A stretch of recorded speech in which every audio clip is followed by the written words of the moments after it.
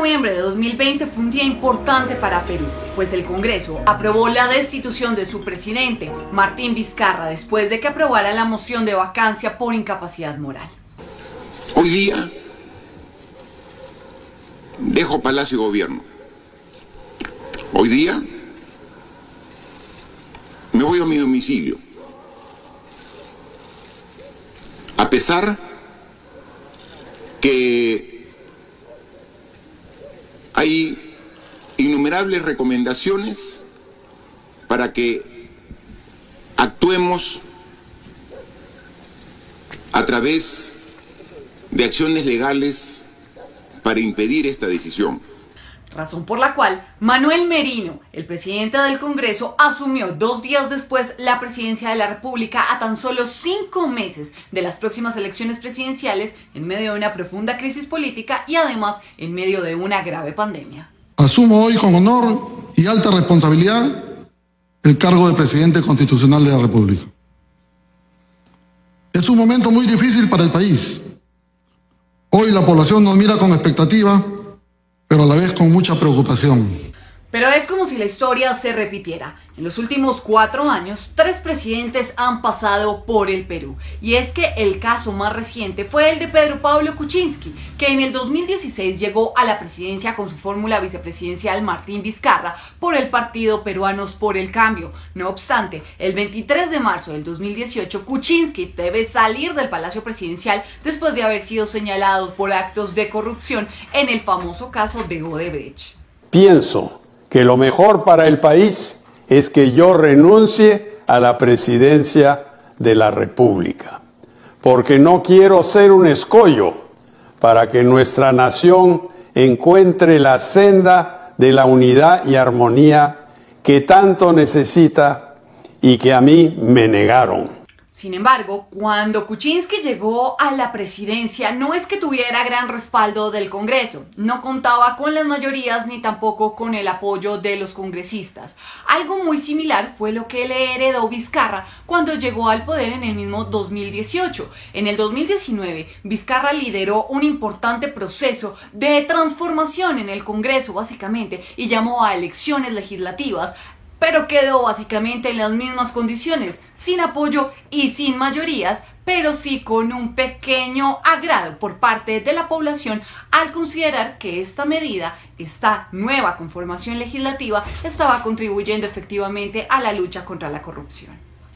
Detengámonos un segundo a revisar el caso de Martín Vizcarra. Vizcarra fue señalado de haber recibido presuntos pagos de sobornos por parte del Club de la Construcción mientras era gobernador de Moquegua durante el periodo 2011-2014. Se estima que habría recibido al menos $600.000 por parte de este cartel de empresas peruanas y extranjeras que básicamente pagaban sobornos a cambio de ganar las licitaciones de obras públicas.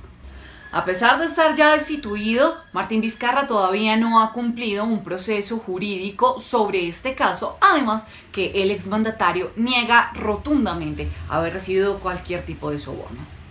Esta situación ha llevado a que cientos, miles, millones de peruanos salgan a las calles a protestar por la presidencia de Manuel Merino. Dicen que Merino no lo representa y que no debió haberse dado este proceso en medio de la peor crisis económica y en medio de la pandemia. Este jueves, la histórica Plaza San Martín de Lima se llenó con el enfado y la rabia de miles de peruanos que denuncian que el nuevo jefe de Estado no ha sido elegido por el pueblo. También hubo manifestaciones en otros distritos de la capital y en numerosas ciudades del país, como Arequipa, Trujillo, Iquitos o Cuzco. Lejos de calmarse, la movilización crece. Y este tema de la pandemia allí en Perú no se puede subestimar, pues se estima que justamente Perú es el país que mayor número de muertes per cápita tiene por COVID en el mundo. Un Congreso inexperto políticamente le ha quitado al Perú a su presidente en medio de la pandemia. No son palabras mías, son palabras de Jonathan Castro, el periodista del diario El Comercio de Perú, quien en una columna en The Washington Post en español aseguró que este Congreso hundió a un presidente desinteresado del juego político y que esta decisión está llevando consecuencias y traerá consecuencias gravísimas para su país. Los intereses particulares de fuerzas muy disímiles en el Congreso peruano se concentraron para generar una crisis que desestabiliza por tercera vez al país en un solo periodo de gobierno. Si desde 2016 debimos tener un presidente y un Congreso por 5 años, ahora tendremos 3 presidentes, 2 congresos y una pandemia con efectos devastadores. En efecto, muchos me dirán, esta no es la primera vez que se presenta una situación de esta manera en el Perú. En efecto, no lo es. Ya estábamos hablando de Pedro Pablo Kuczynski, pero como antecedente tenemos una lista bastante interesante. Todos han sido señalados por algún acto de corrupción, aunque no todos fueron destituidos ejerciendo su cargo. Alberto Fujimori, condenado a 25 años de prisión por homicidio y por corrupción. Alejandro Toledo, señalado de actos de corrupción, arrestado en los Estados Unidos y solicitado en extradición. Alan García, señalado por actos de soborno y quien se suicidó en el 2019. Ollanta Humala, quien tiene libertad condicional y fue señalado por lavado de activos en el famoso caso Lava Jato. Pedro Pablo Kuczynski, quien cumple arresto domiciliario y fue señalado por lavado de activos. Y ahora Martín Vizcarra, señalado por corrupción por haber recibido presuntamente sobornos y quien ahora ya está destituido. Pero es que en Perú, digamos que es un poco fácil y tal vez rápido destituir a un presidente. Básicamente es porque la figura del Congreso es mucho más sencilla que en otros países de América Latina. ¿Cuál es el punto? Por supuesto, el poder está concentrado en el Ejecutivo, en el área presidencial. No obstante, en Perú, el Congreso tiene un poder bastante significativo, pues funciona más que todo como un sistema parlamentario, en donde hay solamente una Cámara, lo cual significa que todas las decisiones de esta Cámara no deben ser ratificadas por otro ente similar a este, sino que lo que apruebe la Cámara, es decir, el Congreso, es lo que se determina.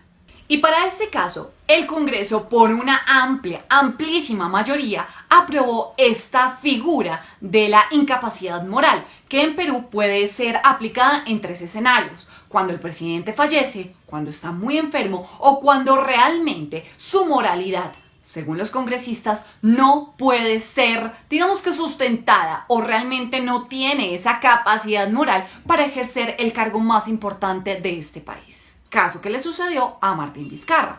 Está incapacitado moralmente por haber recibido sobornos. Aplicar esta figura de la incapacidad moral en Perú es relativamente sencillo. ¿En qué consiste? En Perú, su Congreso está compuesto por 130 congresistas. Si el 20% de este grupo admite esta incapacidad moral, puede ser pedida. Si el 40% lo avala, puede ser admitida. Y si el 60% de estos 130 congresistas lo avala, sencillamente se aprueba. En el caso de Vizcarra, esta incapacidad moral fue aprobada por 105 congresistas en un solo debate, que duró varias horas, por supuesto, pero fue uno solo. Y todo esto para llevarnos a que Manuel Merino es el nuevo presidente de Perú.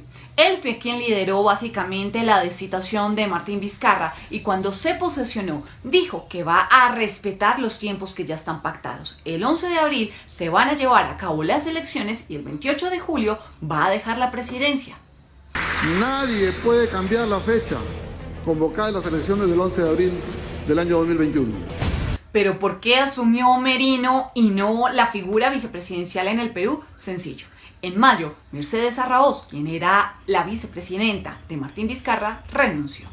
Pero por supuesto, Merino asume un país que no solamente está enfurecido y realmente muy molesto por la decisión de haber destituido a su presidente, sino que también va a tener que lidiar con un Congreso al que no le interesa la reelección, porque sencillamente no puede reelegirse y además que de ellos va a depender esa gestión del Ministerio de Hacienda y lo que suceda o lo que termine sucediendo con esta pandemia durante los próximos 5 meses.